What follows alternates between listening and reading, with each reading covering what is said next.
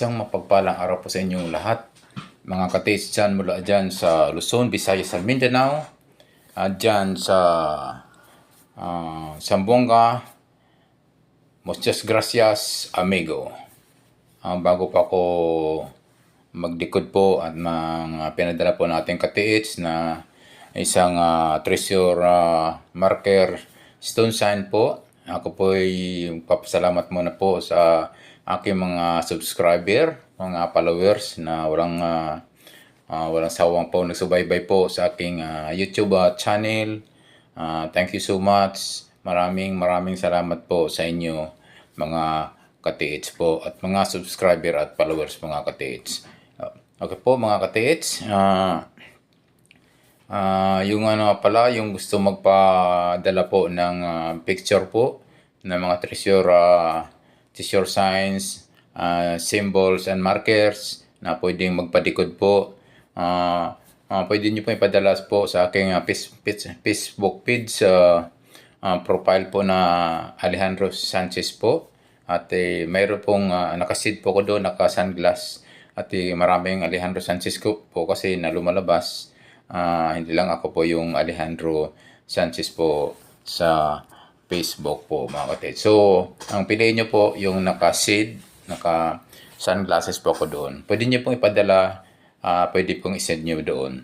Okay po, maraming salamat po sa inyong mga katiits sa pagtitiwala.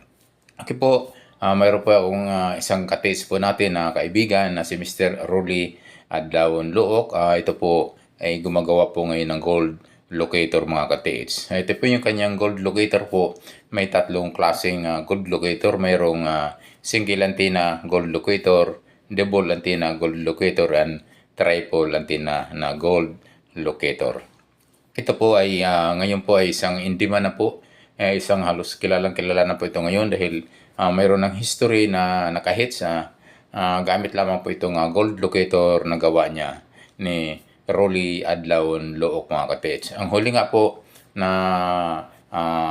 items po na nakuha at na-detect po nito ay dalawang gold bar na ito ay may tatakpan na Burma. Diyan po nakuha sa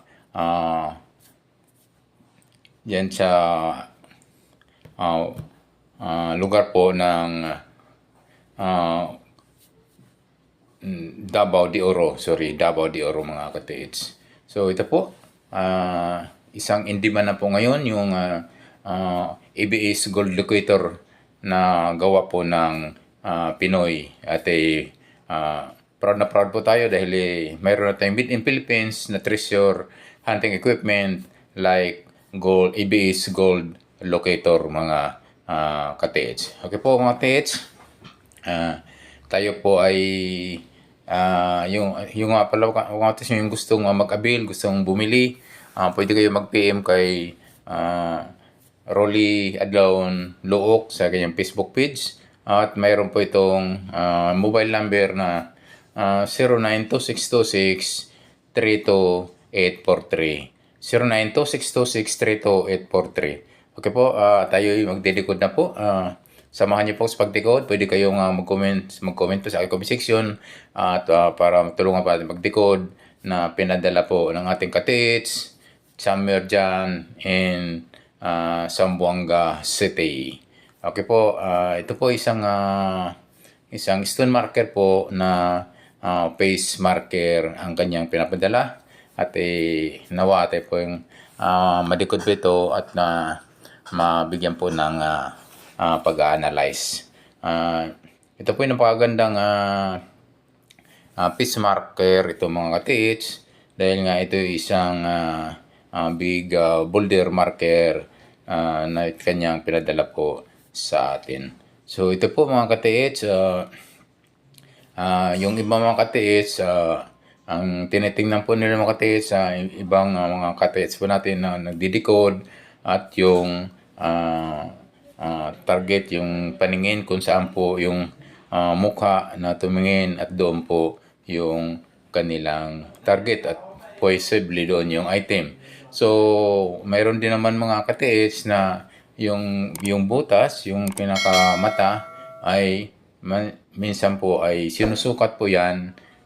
Mayroong minsan ang lalim yan ay 1 inches, 2 inches, 3 inches, at yan po ay kinonvert po yan ng distance po ng items.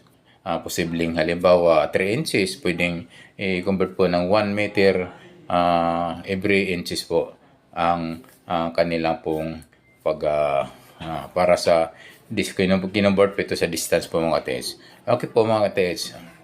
Ito po ay isang legit marker po na isang piece marker mga katiits. So ito po mga katiits, pwede po gagawin nyo, tingnan nyo po. Itong sa illustration ko po ay dalawang mata ay nakaturo po ito sa somewhere in between po west and south area mga katiits. So i-check nyo po yung di kalayuan dito sa item sa markers nito ng 1 to 3 hanggang 4 meters ang distansya po. I-check nyo po. Pwede nyo pong i-detect po niyan ng metal detector or scanner locator po. Ito nga kasi medyo nakasipat po, nakatingin po sa may bandang west, in between west, sa palagitnaan ng west and south ng katiits. So ito po, mayroon pa akong nakita dito sa mga arrow sign na pwedeng pointers po sa item. Ito po yung kanyang sa bandang south na ito mayroon ding nakaturo at medyo patulis po yung item, yung kanyang hugis, mukha mga katiits. So i-try nyo din po yan pag-check po, pag-detect po ng metal detector or ng gold locator mga katiits. Ito po mga katiits ay tingnan nyo po yung apat na sulok ng north, south, west, and east sa kalayuan po ng 1 meter hanggang 5 meters po. Ito po ay sa tingin po hindi ko naman kalakihan po ng piece marker nito. Kapag wala pong kasama ito, jackpot po ito at pwede po ang item po ng itong piece mark na ito ay malapit na malapit sa kanyang kinalalagyan po ng markers na ito. At tingnan nyo po yung paligid ng apat na sulok nito, east, west, north, and south.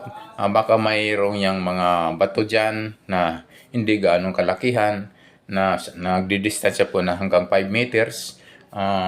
Pwede po kasi gawin yung counter sign marker at yun ay magpo-point po ng treasure item mga katiits. So ganyan po ang nangyayari madalas po. At may mga coordinated countersign po yan na maliliit na bato. At mayroon ding mga butas yan. Mayroong hugis mukha. At mayroong mga kakaiba pong halos kalihintulad po ng mga marka po nandito sa pinaka-mother marker po katiits. So ito, tingnan nyo po yung paligid nito. East, west, north, and south mga katiits. So yan po mga katiits ay isa pong legit marker po ito. At yung mga wala pong treasure hunting equipment, alam mo naman ito mga katiits po natin na minsan po ay tutungo lamang po sa bundok o sa mga liblib na lugar upang mag-treasure po. Pwede rin naman po, check nyo po yung apat na sulok. Pwede po kayo mag-test dig po ng 1 hanggang 3 meters po ang layo mula dito sa markers stone na ito. Pwede kayo mag-test dig po ng 1 meter down mga katiits, yung lalim sa paligid po nitong piece marker stone mga katiits. So po ito ang napakaganda pong markers nito mga katiits na pinadala po ng ating katiits sa Merjan in Mindanao katiits. So mayroon pa akong napapansin po dito at medyo mayroon siyang yung pinakabibig niya ay mukhang sobrang laki niya ng uka mga ka-TH. So pwedeng isang ano yan ka-TH, Ah, pwedeng sukatin nyo ang ka-TH. Pwede pong magiging distansya po yan din sa item mga ka-TH. So, ganito po mga ka-TH, ang pagdedecode, hindi po talaga ang pag-analyze. Hindi talaga accurate na talagang natutukoy agad natin yung item. Dahil nga tayo ay nagbabase lang, nagbibase lang po tayo sa mga markers, mga sign symbols, at mga arrowhead ng pinaka-treasure marker mga ka-TH. Not unless na mayroon kang treasure hunting equipment like metal detector or gold locator. Huwag niyong kalimutan mga ka-TH pag detect po. I-detect nyo po ng metal detector or scanner locator yung mismong piece marker kasi nga karamihan po ng mga hindi nyo napapansin na yung mga mismong marker ay mayroong treasure enclosed item na nandyan po sa mismo sa loob po ng mga bato like stone marker. Pwede nyo pong pupukin yan kung medyo may kalakihan yan. Pupukin nyo ng maso. Alam nyo po yung tunog ng solid at alam nyo naman yung tunog ng ampaw na medyo maluwag po. Hagwa ang tawag dun sa amin. Pwede pong may treasure enclosed yan na nandyan po mismo sa loob ng bato. Pwede po kasi nila yan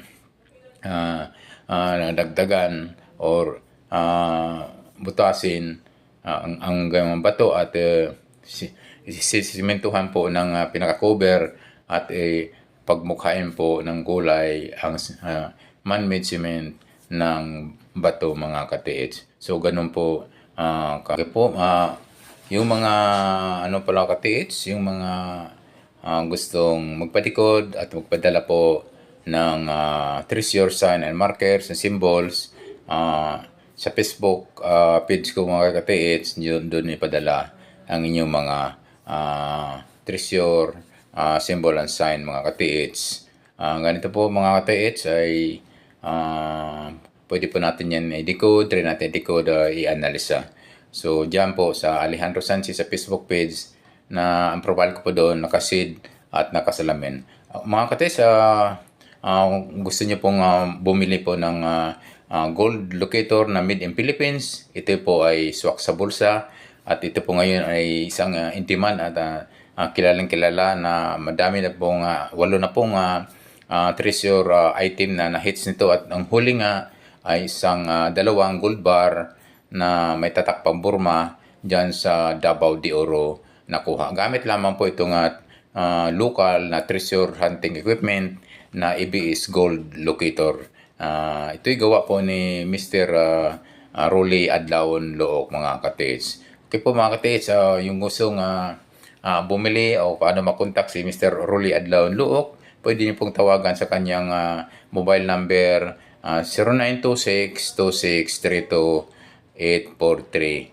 Ulitin ko po ang number po niya sa CP number, mobile number 0926-2632-843. Pwede niyo po i-message sa kanyang Facebook page, Rolly Adlawon Look.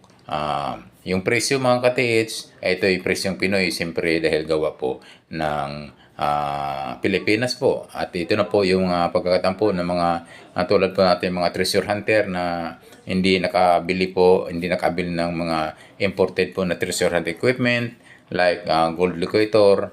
Ito na po dahil ito po ay presyong Pinoy at murang-mura mga ka-TH. At gawa po natin at ito po ay proven at may 8 na ngang nakahis nito. At yung huli dyan sa Davao de Oro ay 2 gold bar mga ka-TH na ito may tatapan ng Burma mga ka-TH. Okay po mga ka-TH, maraming salamat po sa panonood. Thanks you so much for watching at yung bago pa lang sa aking YouTube channel, please don't forget to subscribe and also don't forget to hit the notification bell button para updated po kayo sa mga video po ipapalabas mga ka-TH. Muli, ako ay nagpapasalamat sa inyo mga ka-TH sa walang sawang pagsubaybay At thank you so much po sa aking mga ang bagong subscriber, mga bagong followers at magiging followers pa sa aking YouTube channel. Ang aking YouTube channel po ay more on decoding and analyzing sa mga treasure sign. Thank you so much for watching, Katiits.